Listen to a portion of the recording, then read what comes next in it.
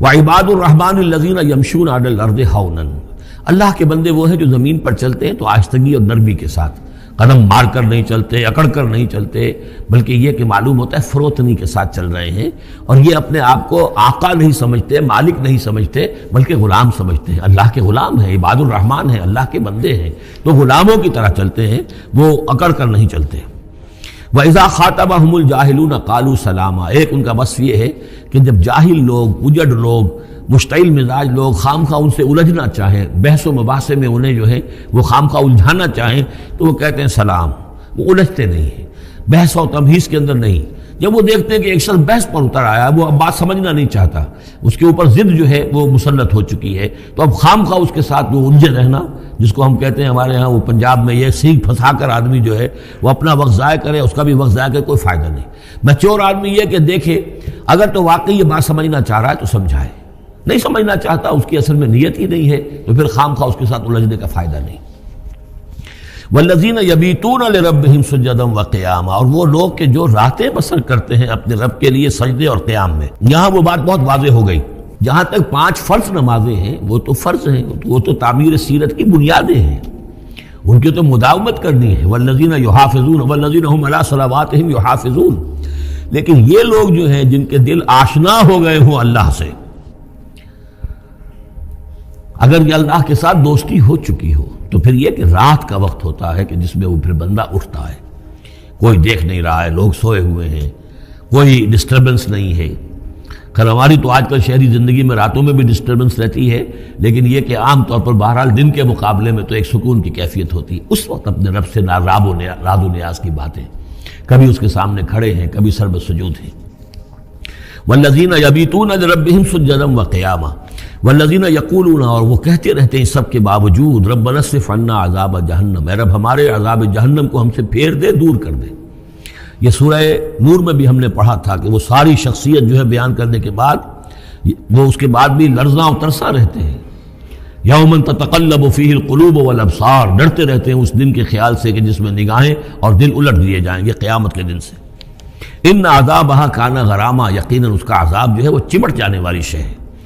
انہا ساعت مستقر و مقامہ، پروردگار وہ جگہ جہنم جو ہے یقیناً بہت بری جگہ ہے، مستقل قیام کے لیے بھی اور تھوڑی دیر کے لیے بھی۔ جو میں نے عرض کیا تھا کہ دنیا میں بری سے بری جگہ بھی جو ہے اس میں بھی آپ تھوڑی دیر کے لیے جائیں گے تو ریکریشن ہو جائے گی چینج کی وجہ سے، اور اچھی سے اچھی جگہ جو ہے اس میں بھی مستقل رہنا پڑے تو پھر اس کے اندر کوئی حسن اور کوئی جو ہے دلچسپی باقی نہیں رہے گی۔ تو اس کے بجائے جو جنت کا اور جنت کا تصور دیا جا رہا ہے، جنت اتنی اچھی جگہ ہے کہ مستقل طور پر رہنے کے باوجود اس کی دلچسپیوں میں، اس کی رعنائیوں میں کوئی کمی نہیں ہوگی، اور جہنم اتنی بری جگہ ہے کہ ایک لحظے کے لیے بھی کسی کا قدم وہاں گیا تو وہ اپنی پوری جو ہے سختی اس کے اوپر ظاہر کر دے گی۔ والذین اذا انفقوا لم یسرفوا ولم یقتروا وکان بین ذلک قواما، اور وہ لوگ کہ جو خرچ کرتے ہیں تو نہ تو وہ اسراف کرتے ہیں اور نہ ہی بخل سے کام لیتے ہیں، بلکہ اس کے بین اعتدال جو ہے واقعہ یہ ہے کہ دنیا کا مشکل ترین کام ہے، توازن اور اعتدال۔ ظاہر بات ہے یہ لوگ جو میچور ہیں، سمجھدار ہیں، اب ان کے ہاں یہ ہوگا کہ ان کے اس خرچ کرنے کے معاملے میں بھی اعتدال ہوگا۔ والذین لا یدعون مع اللہ الہا آخر، 3 کبیرہ گناہ وہ ہیں جیسا کہ ہم نے پڑھا ہے سورہ نساء میں بھی، ان تجتنبوا کبائر ما تنہون عنہ، تو بڑے بڑے گناہ وہ کون سے ہیں کہ جن سے اگر تم باز رہو تو باقی چھوٹے گناہ تو اللہ تعالیٰ جو ہے وہ معاف بھی کرتا رہے گا۔ اور ان میں سے سب سے بڑا تو 2 مرتبہ فرمایا شرک، اور شرک کے بعد پھر قتل ناحق اور پھر زنا، یہ 3 ہیں۔ قتل ناحق سے بھی در حقیقت تمدن کی جڑ کٹ جاتی ہے، اور زنا سے تمدن جو ہے وہ سڈاس بن جاتا ہے، پھر اس کے اندر گندگی ہو جاتی ہے۔ تو اس حوالے سے یہ 3 چیزیں یہاں بیان کی جا رہی ہیں۔ والذین لا یدعون مع اللہ الہا آخر، وہ لوگ کہ جو نہیں پکارتے اللہ کے ساتھ کسی اور معبود کو۔ ولا یقتلون النفس التي حرم اللہ الا بالحق، نہ ہی قتل کرتے ہیں کسی جان کو جس کو کہ اللہ نے محترم ٹھہرایا ہے مگر حق کے ساتھ۔ قتل کے بدلے قتل والا معاملہ ہے، یا مرتد کا قتل ہے، یا زانی شادی شدہ کا رجم ہے، جو بھی ہے۔ ولا یزنون، نہ وہ زنا کرتے ہیں۔ ومن یفعل ذلک یلقى اثاما، اور جو کوئی بھی یہ کام کرے گا وہ اس کی پاداش کو پکڑ کر اس کو جو ہے اس حاصل کر کے رہے گا، یعنی لازماً اس کی سزا اس کو مل کر رہے گی۔ یلقى اثاما یضاعف له العذاب یوم القیامہ، قیامت کے دن اس کا عذاب دگنا کر دیا جائے گا۔ یہ آیت اس اعتبار سے بہت اہم ہے کہ منکرین حدیث نے بہت شور مچایا ہوا ہے کہ قرآن مجید میں کہیں عذاب قبر کا کوئی تذکرہ نہیں ہے، صراحتاً واقعتاً نہیں ہے، احادیث میں بہت تفصیل ہے، لیکن یہ کہ یہ مقام ایسا ہے کہ جس سے ثابت ہوتا ہے کہ قیامت کے دن سے پہلے بھی عذاب ہے۔ یضاعف لہ العذاب یوم القیامہ، دگنا کیا جائے گا ان کے لیے عذاب قیامت کے دن۔ اس کا مطلب ہے کہ عالم برزخ میں بھی ان کے لیے عذاب ہے۔ اور جو فرمایا گیا ہے کہ یہ جو قبر کا گڑھا ہے یا یہ جہنم کے گڑھوں میں سے ایک گڑھا ہے اور یا جنت کے باغیچوں میں سے ایک باغیچہ ہے، اور یا تو وہاں ایک کھڑکی کھول دی جاتی ہے جنت کی جہاں سے ٹھنڈی ہوائیں اور خوشبوئیں آتی رہتی ہیں، اور یا یہ کہ کھڑکی کھول دی جاتی ہے جہنم کی طرف جس سے آگ کی لپٹ اور گرمی جو ہے اور لو جو ہے وہ آتی رہتی ہے۔ یضاعف لہ العذاب یوم القیامہ، قیامت کے دن اس کے لیے عذاب دگنا کر دیا جائے گا، ویخلد فیہ مہانا، اور پھر وہ رہے گا اس عذاب میں ہمیشہ ہمیشہ۔ الا من تاب، ہاں استثناء ہے، استثناء یہ ہے من تابہ، جو جس نے توبہ کر لی دنیا ہی کے اندر موت کے آنے سے پہلے ما لم یغرغر، الا من تابہ وآمن، اور ایمان لایا۔ گویا کہ جو شخص اس قسم کے گناہوں میں مبتلا ہوتا ہے چاہے وہ قانوناً کافر نہ ہو، حقیقتاً وہ کافر ہو جاتا ہے، ایمان اس کے دل سے نکل جاتا ہے، لہذا توبہ گویا کہ اثر نو ایمان لانے کے مترادف ہے۔ الا من تابہ وآمن وعمل عملا صالحا،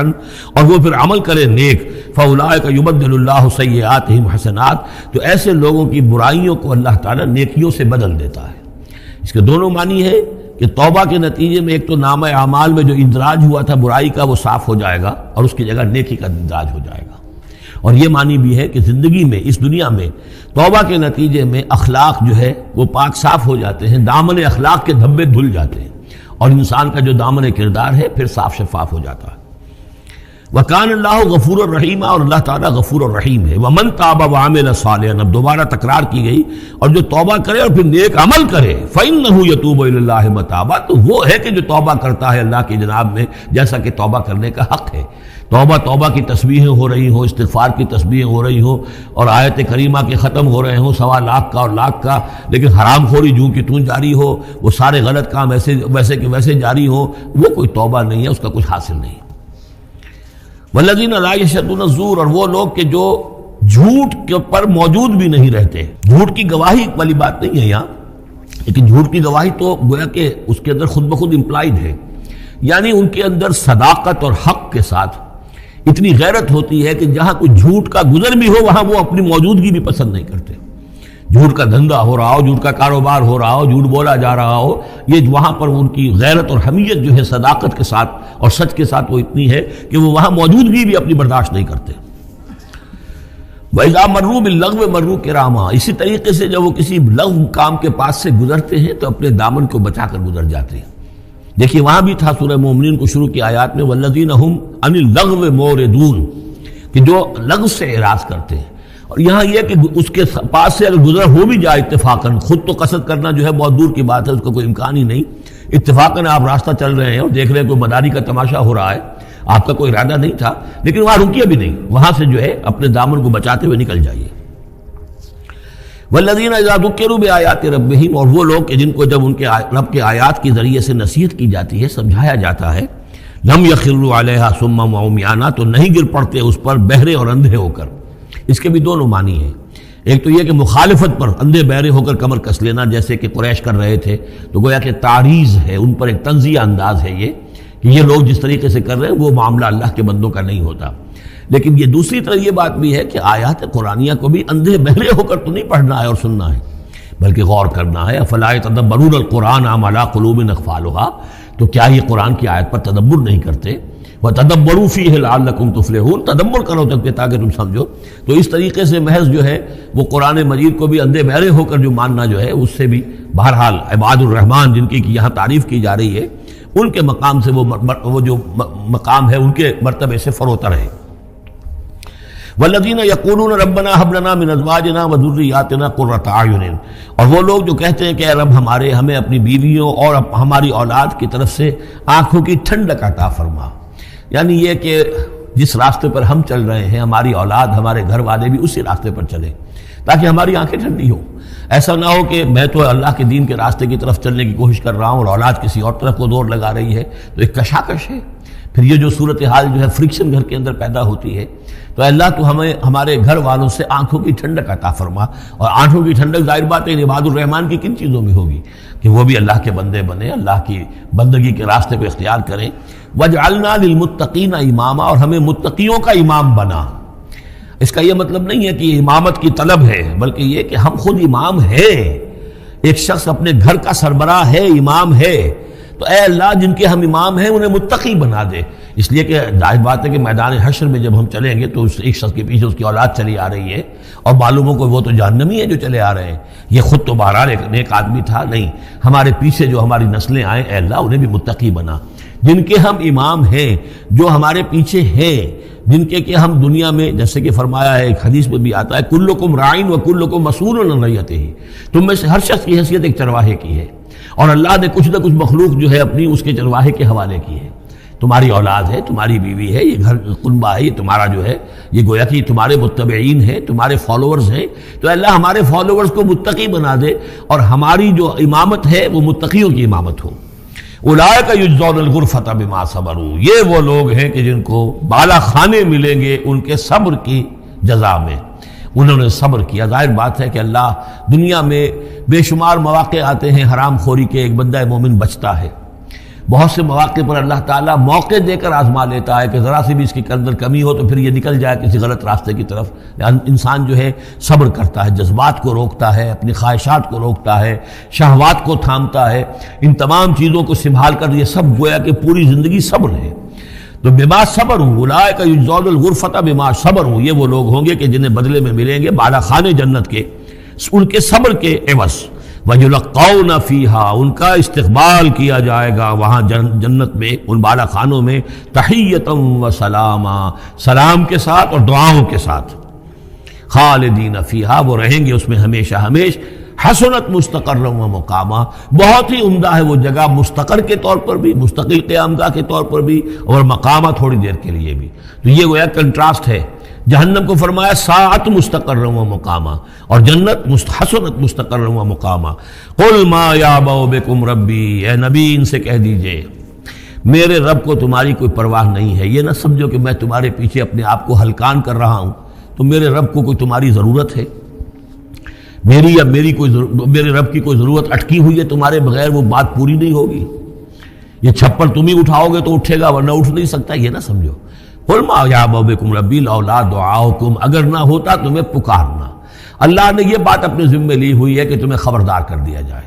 اللہ تعالیٰ وما کنا معذبین حتی نبعث رسولا، ہم عذاب نہیں بھیجتے رہے جب تک کہ رسول کو نہ بھیج دیں، اس لیے مجھے بھیج دیا ہے، میں لگا ہوا ہوں اس کے حکم سے، میں تمہاری گلیوں میں بھی تمہیں سنا رہا ہوں، تمہارے گھروں میں جا کر تم سے بات کر رہا ہوں، اکیلے اکیلے بھی بات کر رہا ہوں، ڈنکے کی چوٹ بھی کر رہا ہوں، لیکن یہ نہ سمجھو کہ کوئی اس میں میری غرض ہے یا میرے رب کی کوئی ضرورت ہے۔ قل ما یعبأ بکم ربی، میرے رب کو تمہاری پرہکا کے برابر کوئی وقت تمہاری نہیں ہے ان کے نزدیک، لولا دعاؤکم، اگر نہ ہوتا تمہارا پکارنا۔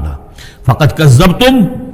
تو دیکھو تم نے جھٹلا دیا ہے، فسوف یکون لزاما، اب عنقریب یہ تمہارے ساتھ چمٹ کر رہے گا، یعنی یہ کہ اس کا جو عذاب ہے، اس کی جو پاداش ہے وہ تمہیں مل کر رہے گی۔